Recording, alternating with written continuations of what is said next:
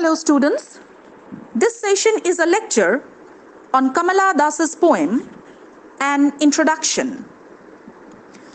Kamala Das was one of the most prominent feminist voices in post-colonial Indian poetry. She wrote in her mother tongue Malayalam as well as in English. Written mostly in a confessional style, her poems give voice to a generation of women who were confined in their households and considered a commodity to be exchanged through marriage. She portrayed women in her poems as human, with desires, pains, longings, and emotions, just like men. Kamala Das wrote openly and frankly about female sexual desires and the experience of being an Indian woman. She has been critically acclaimed for her bold and unabashed manner of expressing herself. The poem An Introduction, taken from the collection Summer in Calcutta, published in 1965, is confessional in nature with an autobiographical content.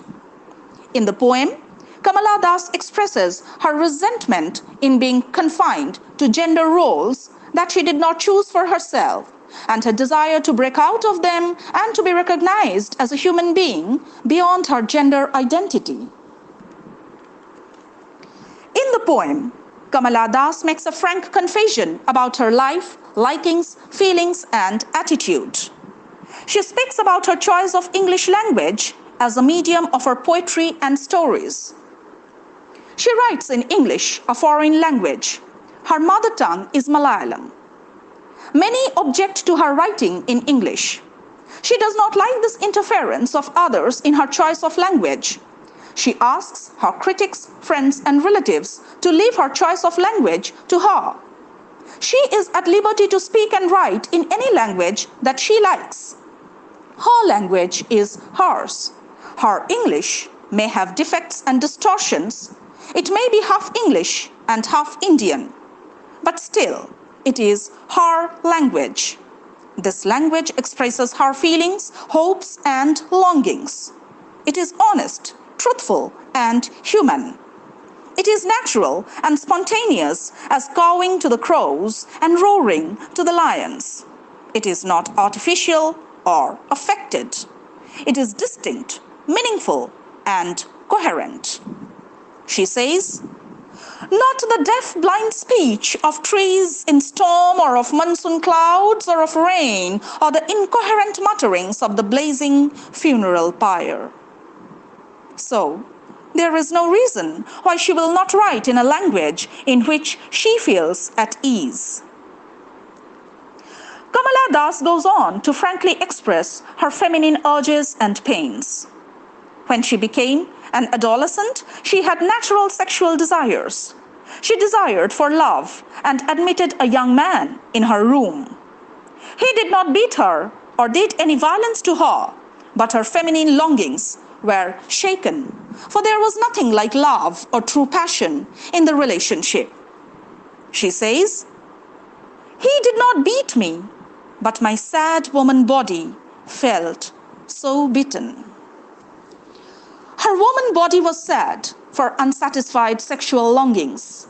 Her sad heart received a kind of jolt by coming in contact with the young man. She speaks of growing up and feeling the burden of a grown body. She tried to live according to her wishes. She wore a shirt, a boy's trousers, and cut her hair short. She ignored her womanliness. She refused to be classified as a woman. But those who categorize human beings as man and woman ask her to get herself suited to her own class, that is, woman. She could be a wife, a housewife. She should weave embroidered work, cook, and quarrel with her servants. But she should not sit on the wall and peep through the windows. She could be Amy, Kamala, or Madhavi Kutti. In short, she should be a woman. She would have the name of a woman and play the role that a woman plays in the society. She must belong to the category of a woman. But the poet wanted to live as a human being in her own independent, autonomous way. She dislikes being cast into a pattern a category. Fit in, oh, belong, cried the categorizers. But Das refuses to fit in. She claims autonomy of self. The society asked her to fit in with the category to which she belongs. She was a woman, and she must work and behave and talk like a woman. She would have the name of a woman. She would not pretend to be a man. She would not show any abnormality like egocentric attitude or sexual excitement. She would not be loud in her cry when refused by her lover, because women should learn to suppress their feelings and emotions. But Kamala Das asserts her individuality as a human being.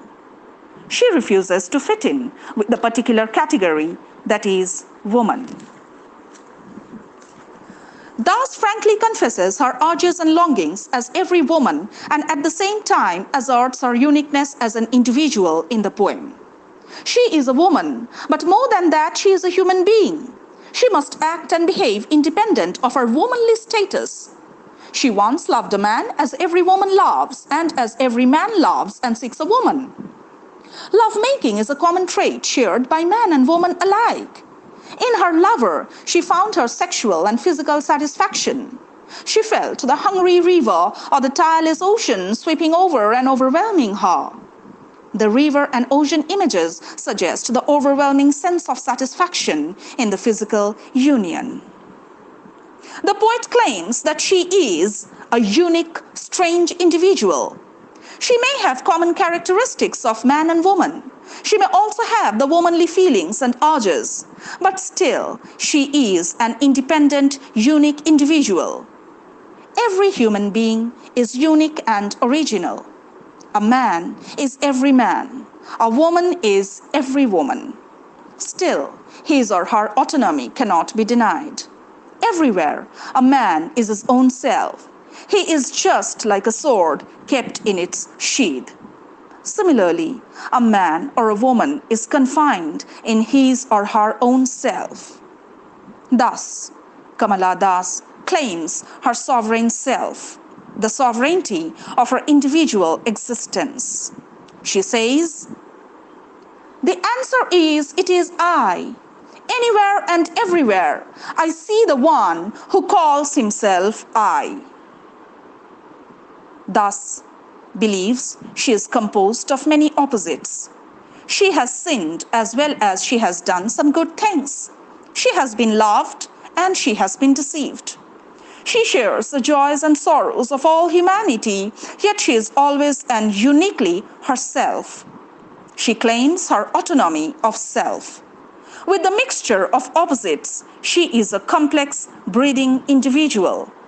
She belongs to humanity, yet she is one strange, unique, and original individual with her virtues and vices, with her fulfillment and betrayal.